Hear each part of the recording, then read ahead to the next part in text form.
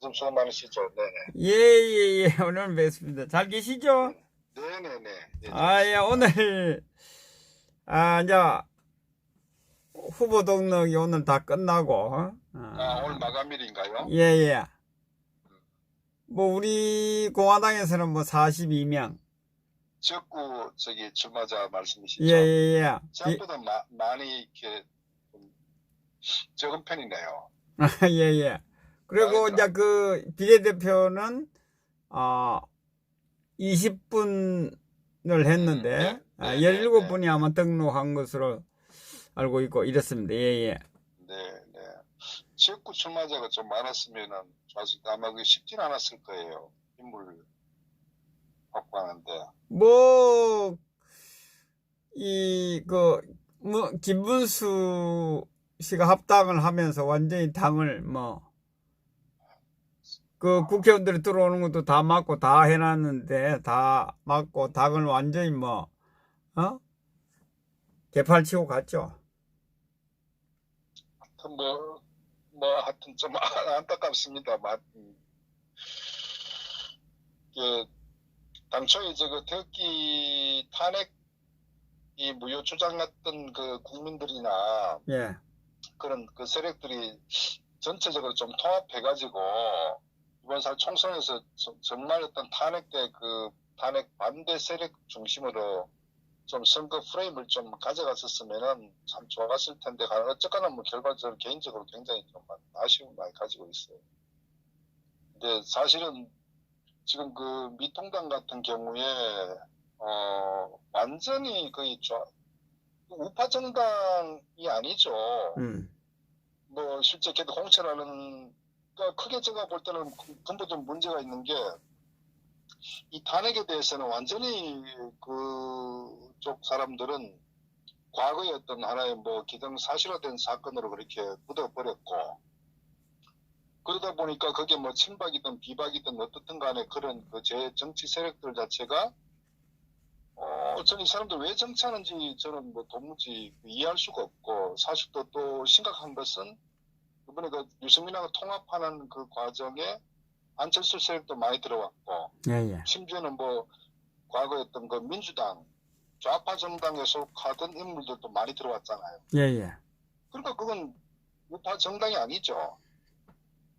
그러니까 저는 어떤 그 정당의 정체성과 가치나 이념 자체가 완전히 그 상실돼 버린 그 하나의 그 잡탕 정당이다. 저는 이렇게 봐요. 예, 예, 그러니까 저는 대한민국의 가장 문제가 정치권의 문제인데 정치는 기본적으로 어떤 가치나 정체성 자기 추구하는 어떤 이념이 있잖아요. 예, 예, 그래서 그걸 기반으로 해갖고 어떤 경제 정책이든 특히 뭐 대북 정책이든 남보든 외교 정책이든 이렇게 하는 게 통상적인 어떤 그 정당의 존재 이유인데 지금 저 이름이 미통당입니까? 예, 그 걔들 미통당. 자체는 그 자체가 완전히 그 사라져버렸다는 게 제가 볼 때는 정당으로서의 존재 가치를 스스로 저는 붕괴시켰다 이렇게 보는 거예요. 음, 그게 소위 말해서 이 좌익 정당에 있던 그 김건식인가요? 예, 아마 그 친구도 그 들어왔을 것 같은데. 예, 공천했습니다. 예, 그러니까 그것도 보면 사실은 어떤 완전히 뭐 주사파 세력이 연장선상에는 옛날에 평양에 노무현 같이 있을 때 따라갔고 완전히 그 출신도 호남 출신 예, 아닙니까? 예, 그리고 또 종편 때 나와가지고 항상 그 보수 정당 그 비판했었고 굉장히 나름의 그러면서 까마대원처럼 말이야 옛날 안철수하고 같이 붙어갖고 또 이렇게 뭐 정치적인 어떤 뭔가 결과를 좀 얻어보려고 붙었다가 또 안 되니까 이거 자기가 욕했던 정당 그만큼 비판하고 욕을 했던 그 정당에 출마한다. 이거는 제가 볼 때는 좌우를 떠나가지고 정치를 완전히 어떤 그 자기 사욕을 채우려는 그런 저는 그 술수 이외에는 저는 도저히 이해할 수 없는 거 자기 스스로 돌이켜보면은 아마 갈짓자 행보를 한 거 아니에요. 예, 예, 최소한도 좌파 정당의 저끼리 아마 이렇게 뭐 움직인다 그러면 저는 또 이해해요. 좌파끼리. 그러나 좌파에 몸을 담고 있다가 소위 그 보수 정당이라고 하는 어떤 그런 뭐 실체와 관계없이 그런 정당에 스스로 들어왔다는 자체가 어떻게 설명을 할 수가 있어요. 그러니까 하나 또 마지막에 결정적인 게 제가 하던 코미디 같은 일이 보니까 김종인이라는 사람을 그 예. 노역에 잠들던 일을 말이야. 거기 또 그 상부 처리한다고 해가지고 그 당의 선대위원장으로 또 모셔온다고. 저는 참 보면은 야 이거 정말 이거 정상이 아니고 이렇게 보면은 정상이 아니다 이렇게 보는 거예요. 그러니까 예. 이제 그 상황을 보면서 제가 어떤 두 가지 과거에 있던 사례가 떠올랐냐면은 옛날 정몽준 씨 서울시장 아들이 있어요. 네. 정몽준 씨 아들이 그 당시에 이제 페이스북에 올려가 한참 그 문제가 당시에 이제 됐던 게 뭐라고 했냐면은 이 국가라는 것은 국민이 국가를 이제 만들게 되고 구성을 하게 되는데 예. 근데 국민이 미개한 국민이니까 국가가 미개하다고. 예. 그래가지고 한때 정몽준 씨 아들 시끄러웠어요. 예. 해가지고 굉장히 이제 그때 이제 문제가 됐죠. 예, 당시에 시끄러웠죠. 사실은 근데 어떻게 보면 굉장히 정몽준 씨 아들이 선구적으로 저는 인식하고 있었구나. 그 젊은 친구 눈에 대한민국 국민이 미개하게 보이고 그 미개한 국민들이 구성한 게 국가란 말이에요. 그러니까 대한민국 국가가 미개하다는 거예요. 두 번째로는 옛날에 그 교육부의 그 국장인가 하는 있어요. 그 국민들은 개돼지다 이런 발언을 해가 또 예, 그랬었지. 예. 아마 퇴출됐죠. 근데 저는 그분들 얘기한 게 네. 틀린 게 없다고 생각해요. 여기는 뭐 도저히 제가 이해할 수 없는 게 뭐 국가라는 것은 어떤 기본적 법을 근간으로 해서 이제 국가가 존립이 이루어지고 그게 또 통치의 기본이 되는데 예. 지난번 그 박 대통령의 탄핵 과정의 어떤 법적 절차도 매우 심각했었고 특히 헌법재판소에서도 상식적으로 있을 수 없는 그런 그 판결을 내렸고 그것은 이미 이 법 자체가 이미 이제 파괴됐다는 거거든. 예, 예. 그러니까 대한민국이 이런 상황인데도 어느 누구도 목소리 내지 않고 침묵을 지키고 기회주의 행태를 보이고 급기야는 정당 자체가 완전히 이념과 정체성이 사라져버리는 그런 하나의 잡탕 집합소가 되어버렸잖아요. 예, 예. 그러니까 이 김종인이라는 자가 이 어떤 자입니까? 정말 보면은 개인적으로는 그 사람은 굉장히 어떤 그 과거의 뇌물사건 노태우 정부 때 뇌물사건으로 해가지고 구속됐잖아요. 예. 그런 인물이 뭐가 대단하다고 우파 정당에 왔다가 좌파 정당에 갔다가 심지어 보세요. 지금 현재 미통당에 이들이 그 해체 보유한 가장 정치적인 자신 내세우는 그 주장하는 포인트가 뭐냐면 반문연대거든요. 예, 예. 그러니까 문재인이 대한민국을 파괴시켰기 때문에 우리 모두가 모여서 문재인을 어쨌거나 끌어내려야 된다. 이런 그 하나의 그 기치 가지고 내세운 반문연 그 기반 하에 소위 말해서 통합의 어떤 그런 그 나름대로 명분을 찾았단 말이에요. 예. 자, 그럼 문재인과 더불어 민주당을 일당화한 장본이 누굽니까? 김종인 아니에요. 네. 당시에 그 더불어민주당 총선 때 문재인이가 김종인이 찾아가가지고 막말로 집에 몇 번이나 들어가가지고 도와달라고. 그럼 문재인이가 김종인은 물걸고 한 거 아닙니까? 예, 예. 응? 그러니까 문재인 김종인이가 선거운동에서 어쩌거나 일당 만든 거 아닙니까? 그런데 지금 그 소위 말해서 적의 장수였다면 적장. 그 적장을 다시 삼고초려해서 아군의 장수로 다시 또 영입했단 말이에요. 이게 도대체가 있을 수가 있느냐고요. 이게 상식적으로 가능한 얘기냐고요. 참. 이게 무슨 정당입니까? 선언하지 않았나요? 중도로 한다 그럴 때 좌파로 간다고. 뭐, 맞는 것 같은데요? 김종인 씨를 하는 게. 좌파로 갔으니까 당연히. 그러니까 사실은 이게 전부 다 정신이 나간 자들이에요. 정치한다는 자들은 전부 정신이 나갔어요. 왜 정치하는데 저는 정말 뇌 구조를 한번 분해해보고 싶을 정도로 도저히 이해할 수가 없는 최소한도 국민들은 정치에 관심 없는 국민들은 뭐 좌든 우든 좋다 이거야. 어떻거나 국민들의 삶에 도움이 되는 쪽. 그러나 정치란 것은 분명히 정당의 어떤 그 기반하에 어떤 자기들 어떤 정치적 행위를 할 텐데, 그러면 우리가 어떤 말씀도 정치 정당 자체는 어쨌거나 자기 어떤 정책 이념을 가지고 하지 않습니까? 네. 그러니까 우리가 좌파라고 하는 부분이, 그러니까 친북 형태 보이고 어쨌거나 뭐 사회주의적 경제 정책을 편다거나 파퓰러 어떤 국민들을, 그러니까 이 좌파들은 나름대로 어떤 자기 일관된 길을 걸어왔다고요. 예. 근데 소위 우파라는 정당 자체는 그 자체가 사라져버린 거예요. 그러니까 완전히 주인 없는, 이념도 가치도 정체성도 없는 그런 뭐 하나의 뭐 잡탕 집합소가 되어버린 게, 그렇게 여실히 드러나죠. 소위 개개인의 인물을 봤을 때, 말씀에 김근식이나 또 김영환 같은 경우도 뭐 좌파 정당이 있었고, 뭐 이현주도 마찬가지죠. 응?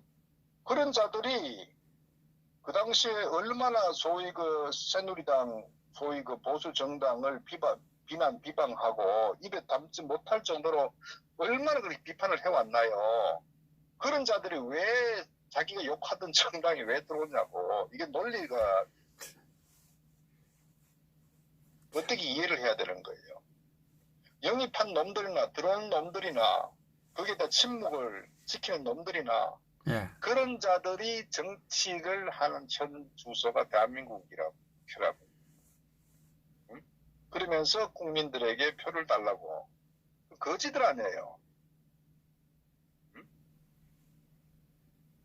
그거 저는 도무지 정말 모든 게 지금 비정상이 정상처럼 돌아가고 있는 나라가 지금 대한민국이라고.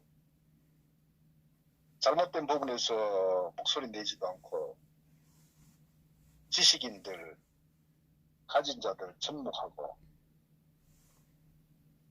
그러니까 황교안에 대해서도 맹목적으로 찬양하는 자들도 전 전부 정신 나갔다고 보는 거예요. 아무리 형제라도 잘못하고 있으면, 정치에서 잘못하고 있으면은 비판해야 되는 거라고요. 그게 건전한 상식 아니겠어요? 그러니까 말입니다. 근데 지금 현재 이런 거 미통당의 어떤 그런 그 구조 자체 보면은 도무지가 저 정당 오래 못 가요. 예를 들어서 만약에 어떻거나 워낙 문재인이 개판을 치니까 뭐 국민들도 갈 데 없으니까 예. 어쨌거나 저들 말대로 다수당이 됐다 가정했을 때 그 후에는 어떻게 권력 투쟁이 치열하게 벌어진다고요. 다음 대선이니까. 그러면서 또 내각제 세력들하고 또 여러 가지 뭐 준동을 하겠죠. 그러면서 노선 투쟁도 하고, 예를 들어서 뭐 어떤 그 경제 정책이든 어떤 등등 했을 때 아마 또 뒷다리 잡고 또 거기서 또 아마 치열하게 아마 시끄러울 거예요. 그러니까 저 국회의원들을 해산해야 된다는 거예요. 국민들이 뭐 주장하듯이.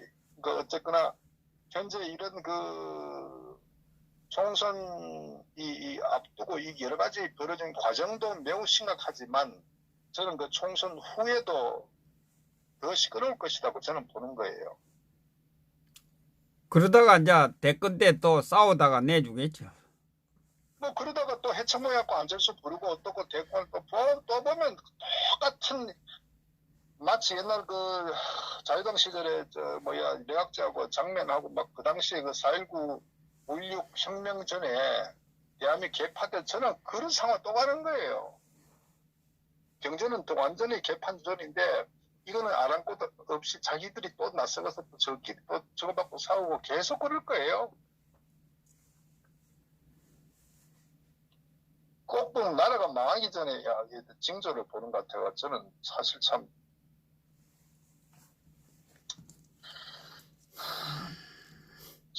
뭐라고, 아우 저는 뭐 보면서 어디 뭐 기대 구석에서든 하여튼 대한민국이 총체적으로 저는 참 걱정스럽습니다. 국민들이 뭐 그 내용을, 상세한 내용을 또 알고 있지도 않고. 그러니까 저는 이제 국민들이라도 최소한도 좀 그런 부분을 간파를 하고 이번 투표할 때도 그런 부분을 좀 정확히 좀 인식하고 투표를 했으면 좋겠어요. 정말로. 맞습니다. 그래서 어쨌거나 지금 어떤 정치 무리들이 저렇게 정치공학적으로 자신들의 어떤 사용만 추구하는 이런 정치 행태를 보이는데, 국민들이 거기에 또 휘둘려가지고 어떤 표를 한 표 행사할 때에 또 맹목적으로 소위 저들이 보수 정당이라고 예. 거기에 대해서 또 문재인이 어쨌거나 아니니까 투표를 한다고 했을 때 저는 또 노련할 수밖에 없다. 그래서 이번에 정말 좀 잘 했으면 좋겠어요. 그 이야기를 들어보니까 대구에 달서병에 조은지 대표님 나왔는 데 있지 않습니까?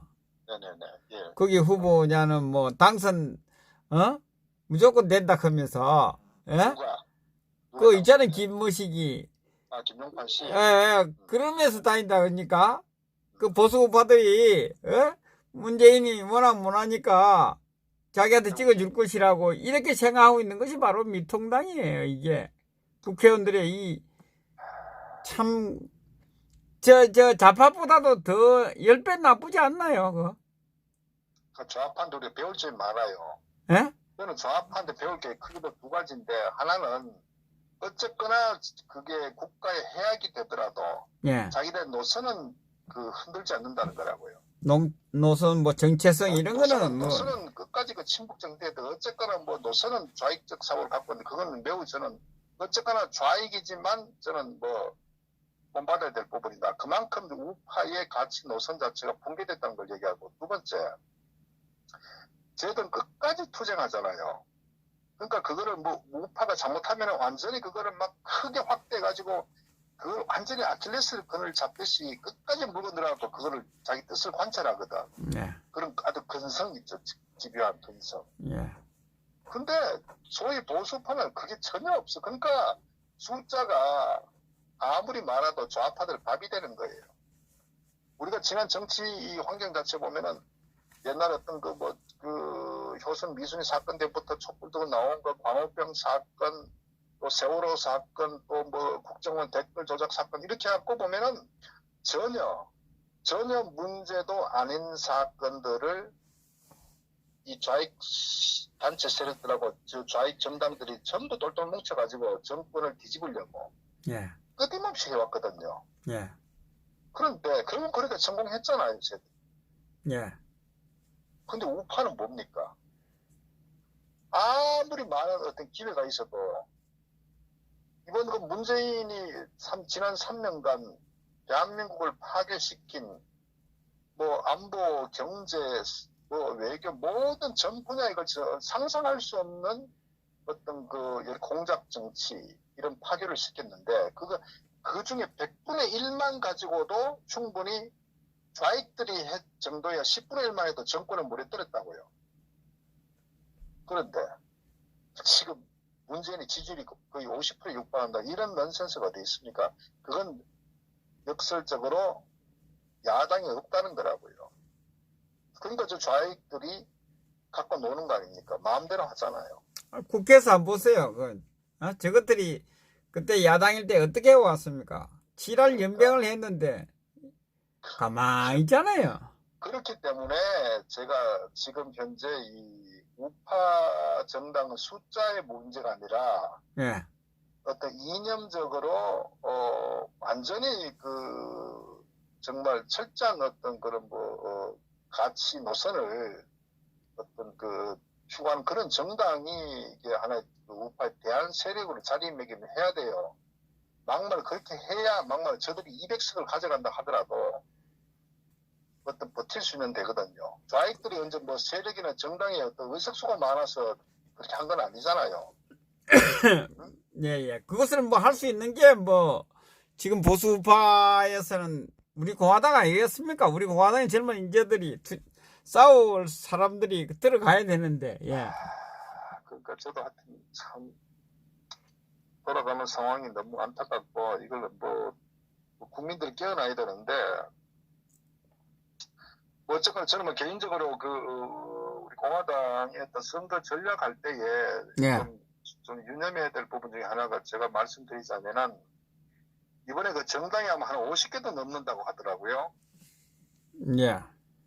그러면 투표할 때 이게 뭐 페이지도 뭐 엄청나게 길다고 하던데, 그러면 현수막이나 또 개인 포스터 같은 경우도 거의 뭐 한 벽보에 엄청나게 붙을 거 아닙니까? 예. 그랬을 때에 일단 뭐 일반 국민들이 차를 타고 가든 뭐 도보를 가든 간에 봤을 때 일단 눈에 띄게 해야 돼요. 벽보가 30장 있으면은 다 비슷하면은 아무도 안 쳐다보고, 그러면 앞에 1, 2번 통상 알고 있는 메이저 정당들만 이렇게 관심이 볼 거라고요, 국민들. 그죠? 예.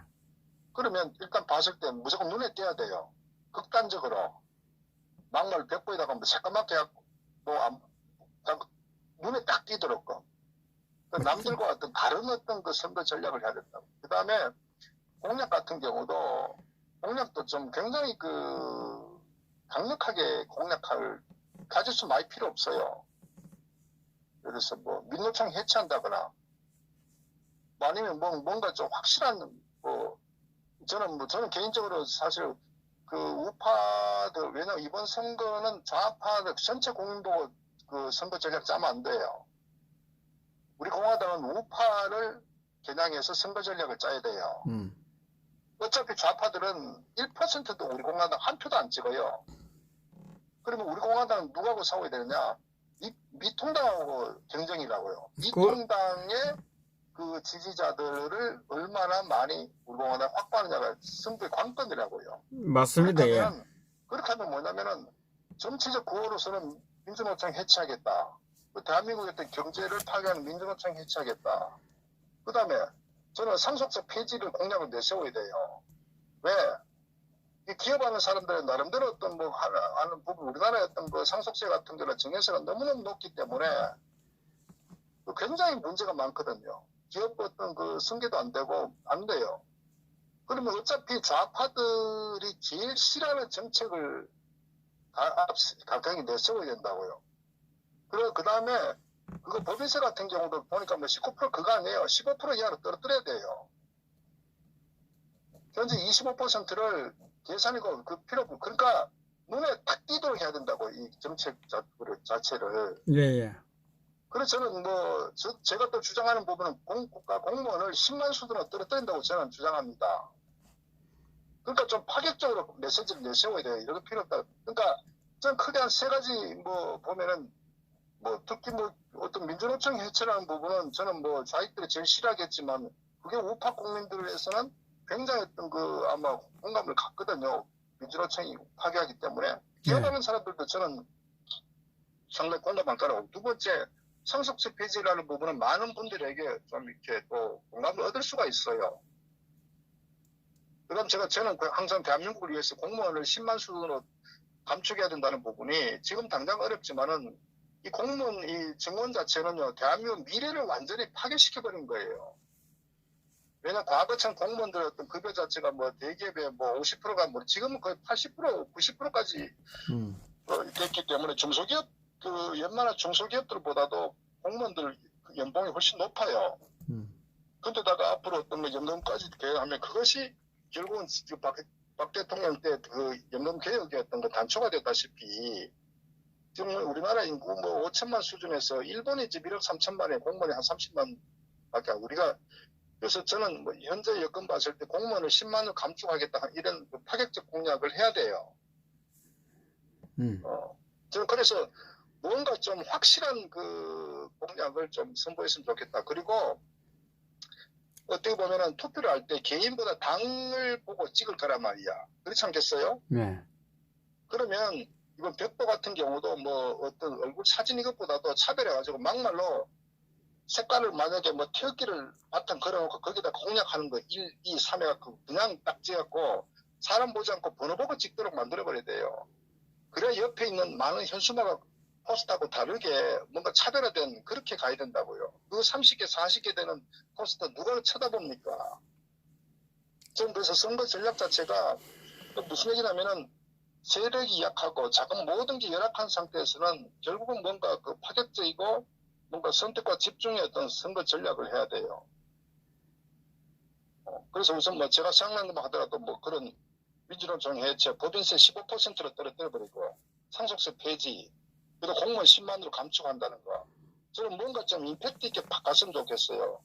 아마 이 선거 공약 자체가 아마 좌익들이 제일 싫어하기 때문에 좌익이 싫어하는 공약을 파격적 내세워야 된다고. 그러면 저들은 극우라고 매도하겠지만은 어차피 좌익들은 극우에도 관계없어요. 좌익들로부터 비판을 받을수록 우파로부터는 박수를 받는 거예요. 저는 그렇게 해가지고 예. 뭐 전국적 어떤 뭐 어쨌거나 뭐 좀 그 관심을 갖도록 하는 게 우파로부터 지지받는 게 저는 중요한 거 아니냐. 좀 하여튼 그런 측면으로 좀 접근했으면 좋겠다는 게 제 좀 그런 말씀이에요. 그 집이 이제 보수우파가 아까 미통당이 지금 이제 보수우파 정당이냐 위장이냐 뭐 그거 아니죠. 가짜냐 이건데 이제 네. 이 국민들이 보수우파 국민들이 이 판단할 수 있는 뭐 그런 뭐 좋은데 그런 그러니까 예. 결국 무슨 얘기냐면 지금 이제 큰 흐름에 있어서는 이제 미통당이 보수파라고 대부분 소위 중도 보수 좀 그렇게 생각을 하게 돼 있다면 언론에서 그렇고 예. 왜냐하면 좌파 이 더불당하고 대척점에 있는 정당을 이제 미통당으로 인식하고 있으니까 우리하고 의사 관계없이 그렇게 흐름은 갖게 돼 있자는 거죠. 예. 그래서 제가 말씀드렸는데 결국 그걸 이기려면은 저는 뭐 어떤 이 선거 공약적 측면에서 그렇게 좀 임팩트 있게 좀 가야 된다고 저는 뭐 그렇게 했으면 좋겠어요. 그러니까 계속 그걸 좀 인식시키는 게 중요한 거 아니냐. 뭐 그리고 어쨌든 제가 지난번 지자체 선거할 때도 뭐 그런 비슷한 좀 의견을 했었는데 사람 얼굴 없어도 돼요.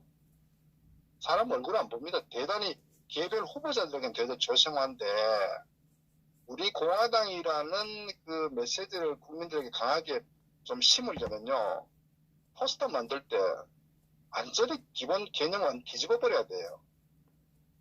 저는 그렇게 좀 선거 전략을 좀 혁신적으로 가져갔으면 좋겠다. 안 그러면은 지금은 너무 정상적으로 하게 되면은 어차피 묻혀버립니다. 관심 안 갖습니다. 사람 얼굴 간다고 전혀 의미 없어. 그거 한다고 그거하고 투표하고 전혀 관계 없어요. 상식적으로 한번 생각 한번 해보세요. 동네마다 벽보가 한 30개, 40개 붙을 텐데 그 누가 쳐다나 볼 것 같아요? 현수막 같은 경우도 기존 선거 방식과 전혀 다르게 접근해야 된다고. 예, 그런 알겠습니다. 부분들이 뭐 좀 어쨌거나 뭐 열악한 환경에서 그나마 좀 관심을 가질 수 있는 부분 아닌가 좀 저는 그렇게 봅니다. 예, 알겠습니다. 네네 수고하셨습니다. 감사합니다. 네.